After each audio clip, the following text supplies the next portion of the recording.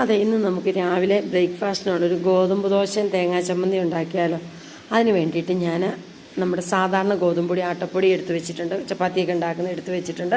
ഒരു 2 കപ്പ് ഗോതമ്പ് പൊടി ഞാൻ നമ്മുടെ മിക്സിയുടെ ജാറിനകത്തോട്ടിട്ട് കൊടുത്തു. ആവശ്യത്തിനുള്ള ഉപ്പ്, ഒരു അര ഗ്ലാസ് പാല്.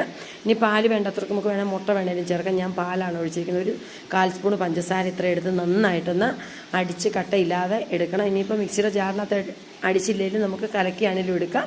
ഇനി നമുക്കൊരു പാൻ ചൂടായി അതിനകത്തോട്ട് കോരി ഒഴിച്ച് നമുക്കൊന്ന് ജസ്റ്റ് ഒന്ന് പരത്തി ഒന്ന് മൂടി വെക്കാം. അപ്പോൾ പെട്ടെന്നൊന്ന് വെന്ത് കിട്ടും. അതിലേക്ക് നമുക്ക് വേണമെങ്കിൽ ഇച്ചിരി നെയ്യോ ബട്ടറോ എന്ത് വേണമെങ്കിലും നമുക്ക് തൂത്തേച്ച് നമുക്കൊന്ന് തിരിച്ചും മറിച്ചും ഇട്ട് എടുക്കാം. നല്ല മൊരിഞ്ഞ് നല്ല അടിപൊളിയായിട്ടുള്ള നല്ല പഞ്ഞി പോലത്തെ നമുക്ക് ദോശ കിട്ടും. രാവിലെ അരിയൊക്കെ വെള്ളത്തിലിടാനൊക്കെ മറന്നുപോയാൽ നമുക്ക് പെട്ടെന്ന് ഈസി ആയിട്ട് ഉണ്ടാക്കിയെടുക്കാൻ പറ്റും. പിന്നെ ഡീറ്റെയിൽ ആയിട്ടുള്ള വീഡിയോ നമ്മുടെ യൂട്യൂബ് ചാനലിനകത്ത് കാണാത്തവരൊക്കെ കാണണം.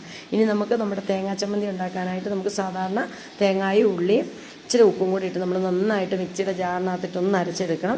ഇനി ഒരു പാൻ എടുത്ത് വെച്ചു. അതിനകത്തോട്ട് നമ്മൾ കടുകിട്ട് കൊടുത്തു. കറിവേപ്പില ഇട്ട് ഒന്ന് പൊട്ടിച്ച് കഴിയുമ്പോൾ നമുക്ക് ആവശ്യത്തിനുള്ള മുളക് പൊടി, നമ്മൾ മുളക് പൊടി ചേർത്തില്ലായിരുന്നു, മുളക് പൊടിയും കൂടി ഇട്ടൊന്ന് മൂപ്പിച്ച് നമുക്ക് അരച്ച് വെച്ചിരിക്കുന്ന തേങ്ങായി ഒഴിച്ച് ആവശ്യത്തിനുള്ള വെള്ളവും കൂടെ ചേർത്ത് നമുക്ക് ചൂടുവെള്ളം ഒഴിച്ച് കൊടുക്കണം. ഒത്തിരി തിളക്കരുത്, നമ്മുടെ ചമ്മന്തി പിരിഞ്ഞു പോവും.